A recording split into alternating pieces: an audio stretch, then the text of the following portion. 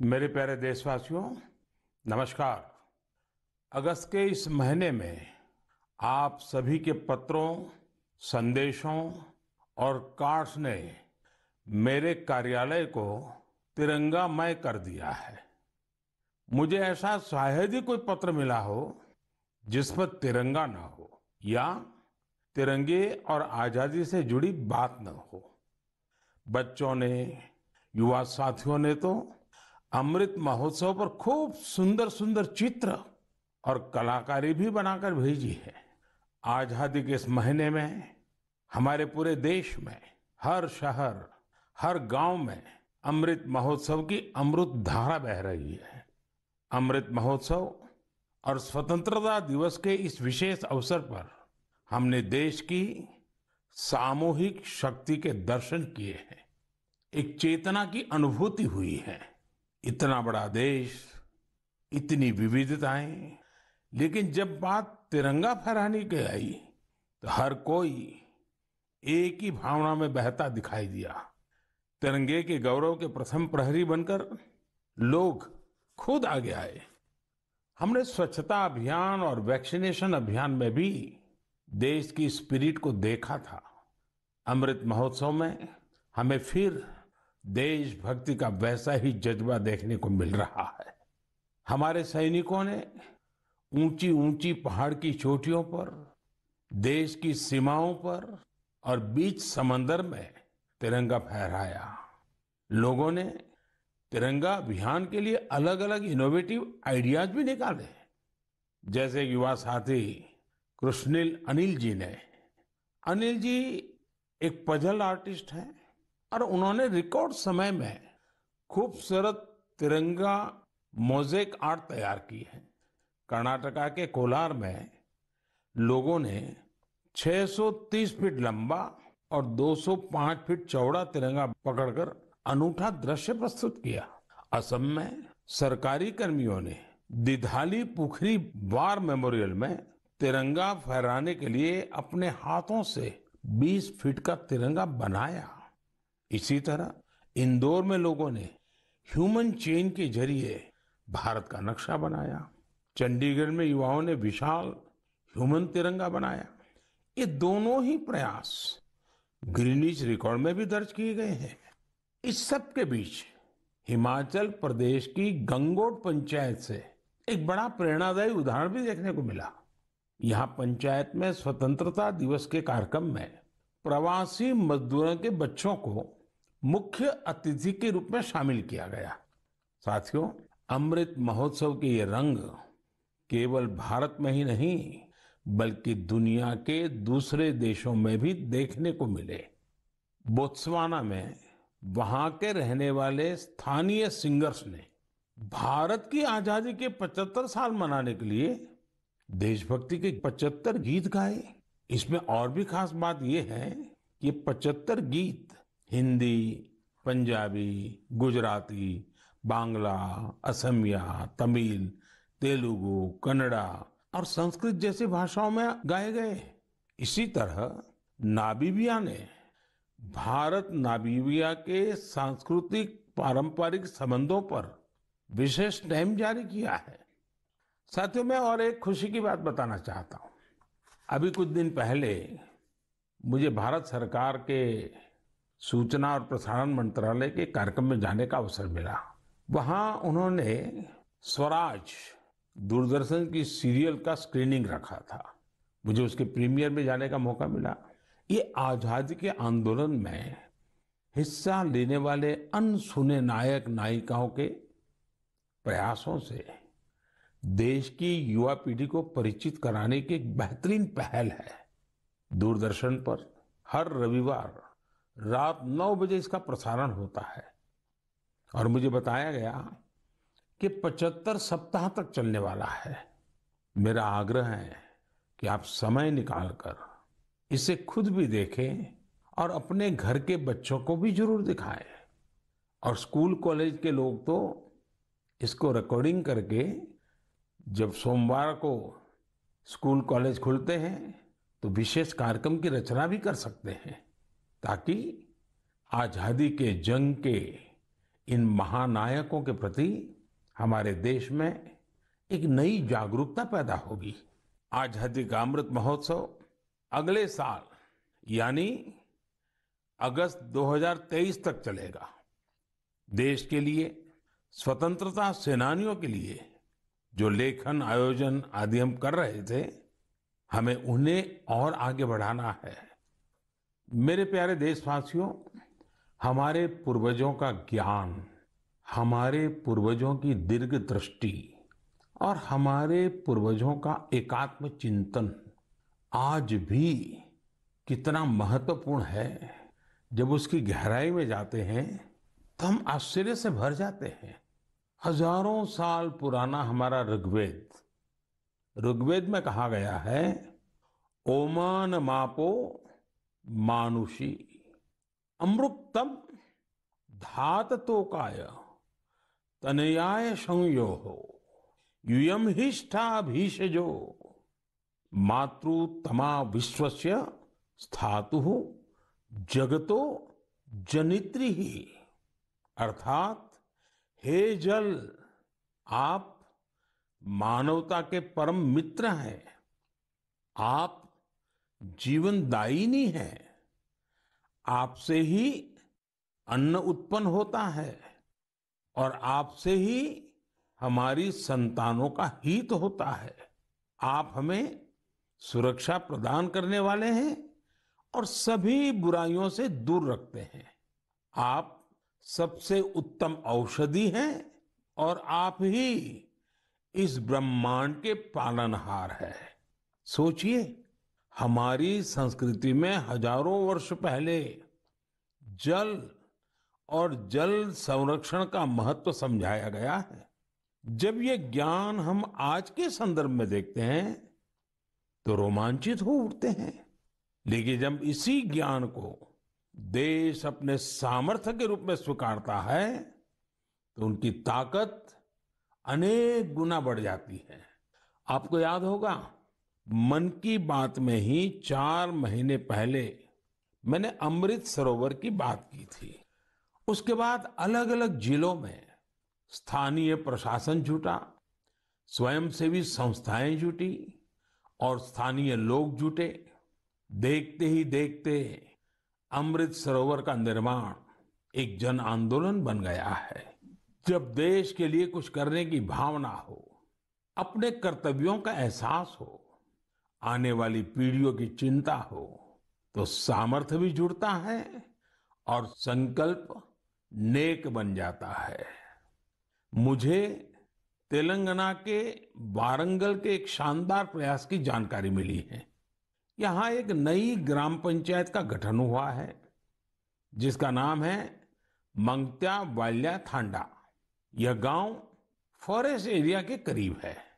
यहाँ के गांव के पास ही एक ऐसा स्थान था जहाँ मानसून के दौरान काफी पानी इकट्ठा हो जाता था। गांव वालों की पहल पर अब इस स्थान को अमृत सरोवर अभियान के तहत विकसित किया जा रहा है। इस बार मानसून के दौरान हुई बारिश में ये सरोवर पानी से लबालब भर गया है। मैं मध्य प्रदेश के मंडला में मोचा ग्राम पंचायत में बने अमृत सरोवर के बारे में भी आपको बताना चाहता हूं। ये अमृत सरोवर कान्हा राष्ट्रीय उद्यान के पास बना है और इसे इस इलाके की सुंदरता को और बढ़ा दिया है। उत्तर प्रदेश के ललितपुर में नवनिर्मित शहीद भगत सिंह अमृत सरोवर भी लोगों को काफी आकर्षित कर रहा है। यहाँ की निवारी ग्राम पंचायत में बना यह सरोवर 4 एकड़ में फैला हुआ है। सरोवर के किनारे हुआ वृक्षारोपण इसकी शोभा को बढ़ा रहा है। सरोवर के पास लगे 35 फीट ऊंचे तिरंगे को देखने के लिए भी दूर दूर से लोग आ रहे हैं। अमृत सरोवर का यह अभियान कर्नाटका में भी जोरों पर चल रहा है। यहाँ के बागलकोट जिले के बिलकेरूर गांव में लोगों ने बहुत सुंदर अमृत सरोवर बनाया है। दरअसल इस क्षेत्र में पहाड़ से निकले पानी की वजह से लोगों को बहुत मुश्किल होती थी। किसानों और उनकी फसलों को भी नुकसान पहुंचता था। अमृत सरोवर बनाने के लिए गांव के लोग सारा पानी चैनलाइज करके एक तरफ ले आए। इससे इलाके में बाढ़ की समस्या भी दूर हो गई। अमृत सरोवर अभियान हमारी आज की अनेक समस्याओं का समाधान तो करता ही है, हमारी आने वाली पीढ़ियों के लिए भी उतना ही आवश्यक है। इस अभियान के तहत कई जगहों पर पुराने जलाशयों का भी कायाकल्प किया जा रहा है।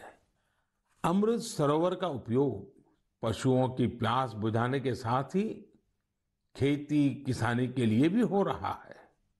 इन तालाबों की वजह से आसपास के क्षेत्रों का ग्राउंड वाटर टेबल बढ़ा है, वहीं इनके चारों ओर हरियाली भी बढ़ रही है। इतना ही नहीं, कई जगह लोग अमृत सरोवर में मछली पालन की तैयारियों में भी जुटे हैं। मेरा आप सभी से और खासकर मेरे युवा साथियों से आग्रह है कि आप अमृत सरोवर अभियान में बढ़ चढ़ करके हिस्सा लें और जल संचय और जल संरक्षण के इन प्रयासों को पूरी से पूरी ताकत दें, उसको आगे बढ़ाएं। मेरे प्यारे देशवासियों, असम के बोंगाई गांव में एक दिलचस्प परियोजना चलाई जा रही है, प्रोजेक्ट संपूर्णा। इस प्रोजेक्ट का मकसद है कुपोषण के खिलाफ लड़ाई, और इस लड़ाई का तरीका भी बहुत यूनिक है। इसके तहत किसी आंगनवाड़ी केंद्र के एक स्वस्थ बच्चे की मां एक कुपोषित बच्चे की मां से हर सप्ताह मिलती है और पोषण से संबंधित सारी जानकारियों पर चर्चा करती है। यानी एक मां दूसरी मां की मित्र बन उसकी मदद करती है, उसे सीख देती है। इस प्रोजेक्ट की मदद से इस क्षेत्र में एक साल में 90% से ज्यादा बच्चों में कुपोषण दूर हुआ है। आप कल्पना कर सकते हैं, क्या कुपोषण दूर करने में गीत संगीत और भजन का भी इस्तेमाल हो सकता है? मध्य प्रदेश के दतिया जिले में मेरा बच्चा अभियान, इस मेरा बच्चा अभियान में इसका सफलतापूर्वक प्रयोग किया गया। इसके तहत जिले में भजन कीर्तन आयोजित हुए, जिसमें पोषण गुरु कहलाने वाले शिक्षकों को बुलाया गया। एक मटका कार्यक्रम भी हुआ। इसमें महिलाएं आंगनवाड़ी केंद्र के लिए मुट्ठी भर अनाज लेकर आती हैं और इसी अनाज से शनिवार को बाल भोज का आयोजन होता है। इससे आंगनवाड़ी केंद्रों में बच्चों की उपस्थिति बढ़ने के साथ ही कुपोषण भी कम हुआ है।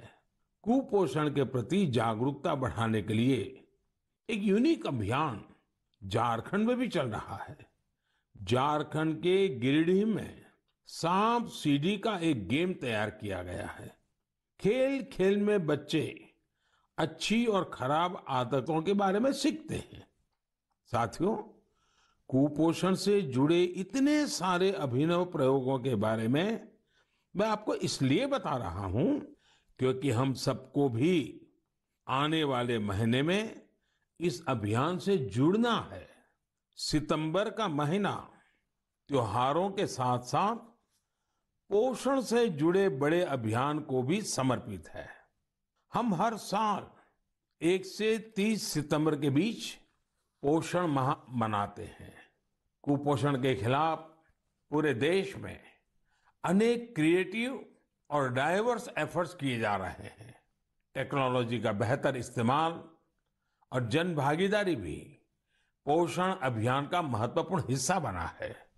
देश में लाखों आंगनवाड़ी कार्यकर्ताओं को मोबाइल डिवाइस देने से लेकर आंगनवाड़ी सेवाओं की पहुंच को मॉनिटर करने के लिए पोषण ट्रैकर भी लॉन्च किया गया है।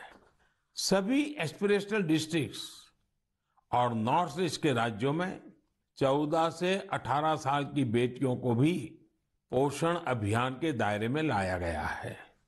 कुपोषण की समस्या का निराकरण इन कदमों तक ही सीमित नहीं है।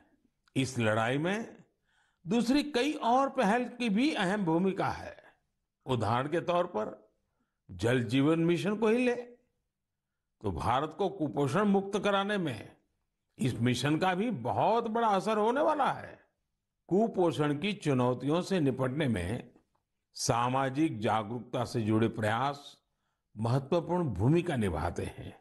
मैं आप सभी से आग्रह करूंगा कि आप आने वाले पोषण माह में कुपोषण या मालन्यूट्रिशन को दूर करने के प्रयासों में हिस्सा जरूर लें।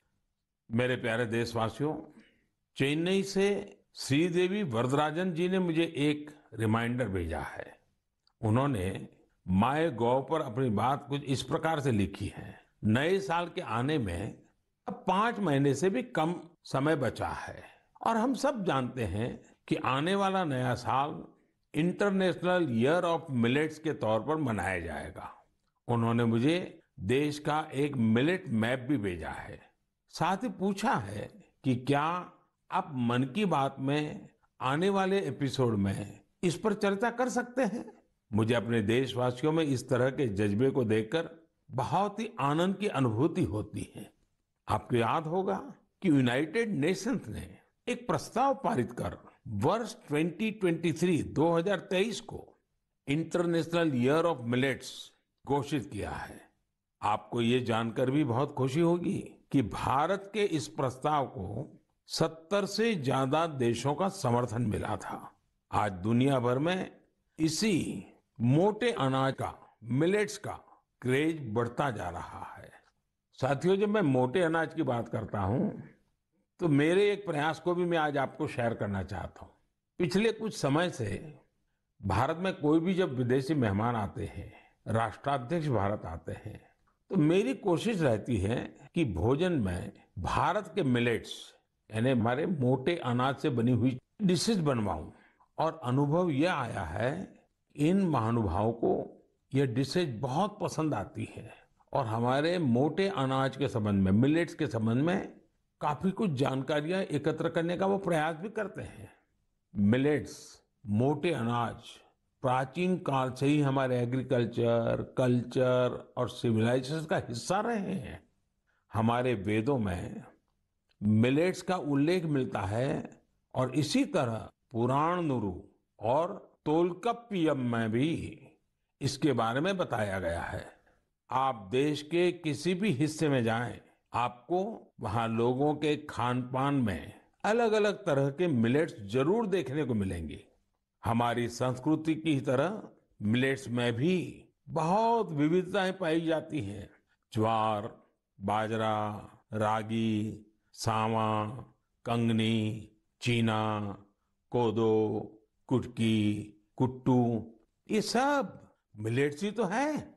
भारत विश्व में मिलेट्स का सबसे बड़ा उत्पादक देश है। इसलिए इस पहल को सफल बनाने की बड़ी जिम्मेदारी भी हम भारतवासियों के कंधे पर ही है।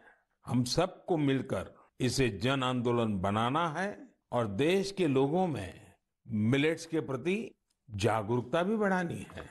और साथियों, आप तो भली बात ही जानते हैं, मिलेट्स किसानों के लिए भी फायदेमंद है और वो भी खास करके छोटे किसानों को।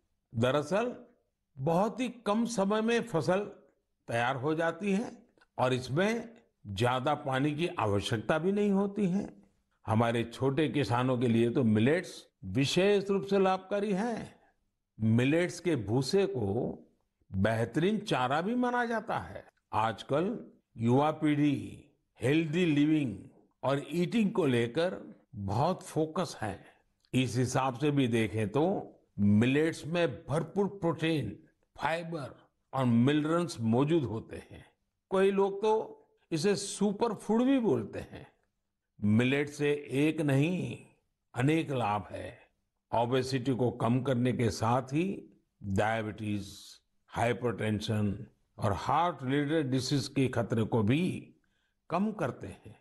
इसके साथ ही ये पेट और लीवर की बीमारियों से बचाव में भी मददगार है। थोड़ी देर पहले ही हमने कुपोषण के बारे में बात की है। कुपोषण से लड़ने में भी मिलेट्स काफी लाभदायक हैं, क्योंकि ये प्रोटीन के साथ साथ एनर्जी से भी भरे होते हैं। देश में आज मिलेट्स को बढ़ावा देने के लिए काफी कुछ किया जा रहा है। इससे जुड़ी रिसर्च और इनोवेशन पर फोकस करने के साथ ही एफपीओस को प्रोत्साहित किया जा रहा है, ताकि उत्पादन बढ़ाया जा सके। मेरा अपने किसान भाई बहनों से यही आग्रह है कि मिलेट्स यानी मोटे अनाज को अधिक से अधिक अपनाएं और इसका फायदा उठाएं। मुझे देखकर काफी अच्छा लगता है कि आज कई ऐसे स्टार्टअप्स उभर रहे हैं जो मिलेट्स पर काम कर रहे हैं। इनमें से कुछ मिलेट कुकीज बना रहे हैं, तो कुछ मिलेट पैनकेक्स और डोसा भी बना रहे हैं। वहीं कुछ ऐसे हैं जो मिलेट एनर्जी बार्स और मिलेट ब्रेकफास्ट तैयार कर रहे हैं। मैं इस क्षेत्र में काम करने वाले सभी लोगों को बहुत बहुत शुभकामनाएं देता हूं। त्योहारों के इस मौसम में हम लोग अधिकतर पकवानों में भी मिलेट्स का उपयोग करते हैं। आप अपने घरों में बने ऐसे पकवानों की तस्वीरें सोशल मीडिया पर जरूर शेयर करें, ताकि लोगों के बीच मिलेट्स को लेकर जागरूकता बढ़ाने में मदद मिले। मेरे प्यारे देशवासियों, अभी कुछ दिन पहले मैंने अरुणाचल प्रदेश के सियांग जिले में जोरसिंग गांव की एक खबर देखी। ये खबर एक ऐसे बदलाव के बारे में थी जिसका इंतजार इस गांव के लोगों को कई वर्षों से था। दरअसल जोरसिंग गांव में इसी महीने स्वतंत्रता दिवस के दिन से 4G इंटरनेट की सेवाएं शुरू हो गई हैं। जैसे पहले कभी गांव में बिजली पहुंचने पर लोग खुश होते थे, अब नए भारत में वैसी ही खुशी 4G पहुंचने पर होती है। अरुणाचल और नॉर्थ ईस्ट के दूर सुदूर इलाकों में 4G के तौर पर एक नया सूर्योदय हुआ है। इंटरनेट कनेक्टिविटी एक नया सवेरा लेकर आई है। जो सुविधाएं कभी सिर्फ बड़े शहरों में होती थी, वो डिजिटल इंडिया ने गांव-गांव में पहुंचा दी है। इस वजह से देश में नए डिजिटल एंटरप्रेन्योर पैदा हो रहे हैं। राजस्थान के अजमेर जिले के सेठा सिंह रावत जी दर्जी ऑनलाइन ई स्टोर चलाते हैं। आप सोचेंगे ये क्या काम हुआ? दर्जी ऑनलाइन, दरअसल सेठा सिंह रावत कोविड के पहले टेलरिंग का काम करते थे। कोविड आया तो रावत जी ने इस चुनौती को मुश्किल नहीं बल्कि अवसर के रूप में लिया। उन्होंने कॉमन सर्विस सेंटर यानी CSC ई स्टोर ज्वाइन किया और ऑनलाइन कामकाज शुरू किया। उन्होंने देखा कि ग्राहक बड़ी संख्या में मास्क का ऑर्डर दे रहे हैं। उन्होंने कुछ महिलाओं को काम पर रखा और मास्क बनवाने लगे। इसके बाद उन्होंने दर्जी ऑनलाइन नाम से अपना ऑनलाइन स्टोर शुरू कर दिया, जिसमें और भी कई तरह से कपड़े वो बनाकर बेचने लगे। आज डिजिटल इंडिया की ताकत से सेठा सिंह जी का काम इतना बढ़ चुका है कि अब उन्हें पूरे देश से ऑर्डर मिलते हैं। सैकड़ों महिलाओं को उन्होंने अपने यहाँ रोजगार दे रखा है। डिजिटल इंडिया ने यूपी के उन्नाव में रहने वाले ओम प्रकाश सिंह जी को भी डिजिटल एंटरप्रेन्योर बना दिया है। उन्होंने अपने गांव में 1000 से ज्यादा ब्रॉडबैंड कनेक्शन स्थापित किए हैं। ओम प्रकाश जी ने अपने कॉमन सर्विस सेंटर के आसपास निशुल्क वाईफाई जोन का भी निर्माण किया है, जिससे जरूरतमंद लोगों की बहुत मदद हो रही है। ओम प्रकाश जी का काम अब इतना बढ़ गया है कि उन्होंने 20 से ज्यादा लोगों को नौकरी पर रख लिया है। ये लोग गांवों के स्कूल, अस्पताल, तहसील ऑफिस और आंगनवाड़ी केंद्रों तक ब्रॉडबैंड कनेक्शन पहुंचा रहे हैं और इसे रोजगार भी प्राप्त कर रहे हैं। कॉमन सर्विस सेंटर की तरह ही गवर्नमेंट ई मार्केट प्लेस यानी जेम पोर्टल पर भी ऐसी कितनी सक्सेस स्टोरी देखने को मिल रही है। साथियों, मुझे गांवों से ऐसे कितने ही संदेश मिलते हैं जो इंटरनेट की वजह से आए बदलावों को मुझसे साझा करते हैं। इंटरनेट ने हमारे युवा साथियों की पढ़ाई और सीखने के तरीकों को ही बदल दिया है। जैसे कि यूपी की गुड़िया सी जब उन्नाव के अमोइया गांव में अपनी ससुराल आई तो उन्हें अपनी पढ़ाई की चिंता हुई, लेकिन भारत नेट ने उनकी इस चिंता का समाधान कर दिया। गुड़िया ने इंटरनेट के जरिए अपनी पढ़ाई को आगे बढ़ाया और अपना ग्रेजुएशन भी पूरा किया। गांव गांव में ऐसे कितने ही जीवन डिजिटल इंडिया अभियान से नई शक्ति पा रहे हैं।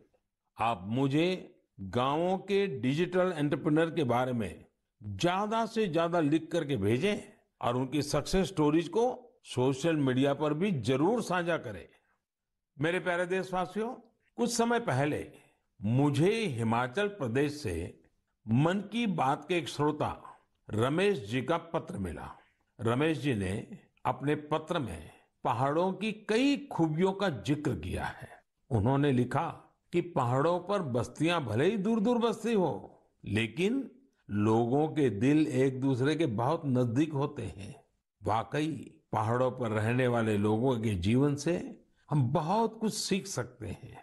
पहाड़ों की जीवन शैली और संस्कृति से हमें पहला पाठ तो यही मिलता है कि हम परिस्थितियों के दबाव में न आए तो आसानी से उन पर विजय भी प्राप्त कर सकते हैं।